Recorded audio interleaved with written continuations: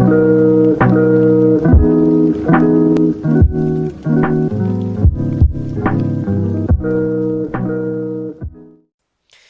guys, what is going on, RedMaster, and welcome back to another video regarding CNC2. Of course, it's been a few months since we got that last screenshot, and the same person who actually released that initial screenshot has released another one just over a few hours ago on Twitter. Of course, nothing really to kind of stay statement-wise. His statement kind of reads just very sort of, development is still continuing, major progress is being made. So, I mean, that kind of tells us that, hey, they're still working on CNC2 here, and it seems that they've made progress here, judging by the way things look here. I think this is sort of a new background. I mean, it certainly seems like it. Some cards are the same in hand, but there are some changes to look at as well, and the board as well has some new improvements here. So we're going to go ahead and take a look at everything here, sort of digest what is new and different from the previous screenshot here, and see if we can't make some more speculations regarding what we could be seeing in the future game. So let's go ahead and get started. Alright, so let's break down the cards in hand first as our starting point, just because I feel like that is the easier point to talk about here. It's kind of right in your face as well. So I'm going to go ahead and just quickly doing a glance over here. It seems that, there hasn't been a whole lot, at least initially here. Archer still seems the same. T-Rex still seems the same. We can't tell if there's new abilities on them or whatnot, considering that, the cards aren't sort of highlighted to show that ability here. The ability is kind of hidden. However, I do see this little nice border here going around the sides of the Archer, meaning that might be seeing some new visual effects there to kind of spice things up a little bit here. I think they're probably just, borders or graphics to indicate that you could play cards at that particular moment here. Because I mean, I think it cuts off here, but our player here has 1 gold, so I think that does mean he has the ability to play them this turn, which is cool to kind of see that little change here. But we do see some change cards as well. Salahar Soldier looks to be in that hand, bumped up to 4 gold, so maybe more of a mid-game based unit now from his previous Awaken build. And we also see the Flames of Eternity get transformed to Amplify, a 1 gold spell. I can only pretty much infer what that's going to tell us about that card. I mean, it says it right in the name, Amplify. I wouldn't be surprised if that's maybe a card that boosts the ability of a magic, or maybe even ability. I'm not so sure yet. But, I mean, hey, that's kind of interesting to see that kind of come into effect, considering that we have Demonic Rage in the game that we have now, sort of doubling something.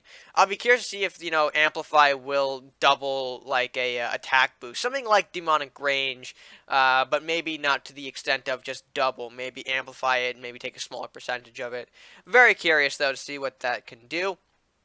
Also, in regards to sort of like this bottom area, history definitely stands out to me. I like to see a new history function in the game. I mean, personally, I think history is what people have wanted for quite some time. Being able to kind of click a button and sort of see what moves were played. At least that's what I assume this is going to be.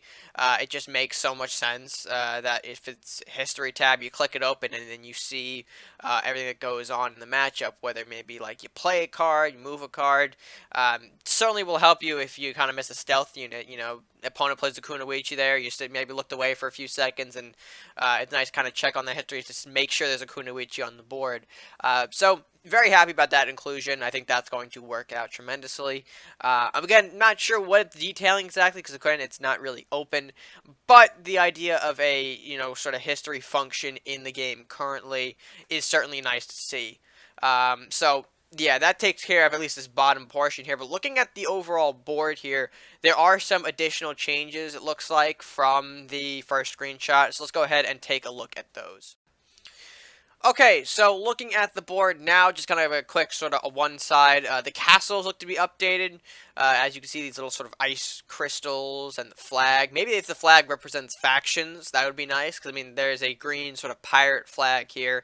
Maybe it would be nice to the other tower get sort of same idea with like different faction flags, because it looks to be that they're going to carry that over, judging by Amplify being what looks to be a warlock card. Everything else is neutral, so I can't exactly tell if there's more factions. But I mean, seeing how there's a pirate flag here, I would be certainly on board to kind of see, both the castles sort of take a flag representing each faction to kind of indicate, all right, this user's running a pirate warlock deck, this user's running a pirate Viking deck. Maybe that's gonna be what they're implementing. Maybe the crystals here is an indication too. Maybe that changes based on factions. I'm not entirely sure. But overall, Castle's getting that little upgraded sort of feature up here is nice to kind of bring it into a more modern style. And speaking of modern style, I guess up here, definitely looking a lot cleaner than what we originally saw. I believe in the last screenshot, there was like something over here that was sort of like, pointed as like the summon phase, which I think still looks to be something that is happening here. So summon phase looking to be kept over from that previous screenshot. Maybe we are going to see maybe sort of like a two-phase system where there's first like a summon where you get to kind of throw out your units, and then there's an action where you get to battle and move and whatnot. So curious to see if that's going to implement here. I definitely think it's going to be because of what we see here as summon phase here. And like I mentioned, the gold and mana counts are looking, or at least what I assume is mana. This sort of new cleaner tally of resources is nice up here. And of course, hand is sort of kept as well. Still see that the opponent's got 5 in hand. So I'm liking this sort of updated look up here, a lot cleaner than what we saw in that initial build, in the initial screenshot, I should say. Maybe it was a different build, but we had things like gold and the new resource over here and the initiative, which we don't really see, but I think that's what this yellow arrow is supposed to indicate, or at least maybe the arrow is supposed to indicate, whose turn it is. I'm not sure if we lost the initiative or it disappeared or whatnot for now, at least, but something to kind of take note of here. And another thing with the board too, really liking the new map design they've got going on. Hopefully we see more of that. I would like to kind of see a new, maybe 1 or 2 more new maps. Not sure how many they're implementing in this new game, but again, sort of nice to switch up the scenery a bit from what we've been seeing a while in the original game, in the first game. So, and speaking on the board state, I noticed that both players have a Tower of Winter on board in the corners here. I'm not sure what that is supposed to indicate as of now. Because seeing how it's turn 1, both players have 1/1. It seems that we're starting with a Tower of Winter. I'm not sure if that's going to be repurposed or not. I'm not sure what that entirely entails, but certainly interesting to kind of see that we're starting out with a tower, or at least some kind of building in matches now. The last time we had that was, towers back in like the first iteration of the game where you got to capture and claim your own towers. So it definitely seems like they might be bringing some kind of board element back. Not board element, but like, you get what I mean. There's something on the board when the game initially starts, which is something that we haven't really had in quite some time for this, game. So certainly interesting to see if that maybe, brings out something new. What it entails, again, not sure, because I can't just right click it and investigate the card or investigate the building. So I'm curious to see what that might implement for the game moving forward. But overall, other than that, not a whole lot currently, like as I mentioned, to kind of investigate here. But those were the kind of the major points here. Just sort of a cleaner look that I like to kind of see. It certainly shows that there's more development going on. In the cards, not a whole lot going on here, but we could see some changes, some new cards. You got Amplify as a new card, Salahar Soldier as a change card, and then you've got some, some old favorites that are kind of sticking around as well. So certainly interesting to kind of see that all unfold here. But with that being said, guys, I think we're going to go ahead and move out to close this video.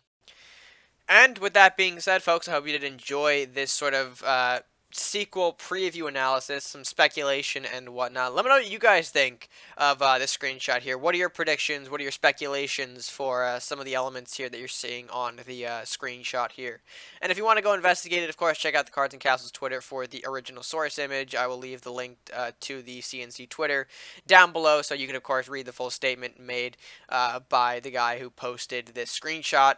And, yeah, if you haven't already done so already, be sure to like the video if you enjoy, share with your friends, comment down below, as I've already said, and subscribe if you are new or haven't done so already. Of course, the best way that you could show your support here on the channel. And, yeah, that's going to be it for me for now. So, until next time, guys. Stay gaming.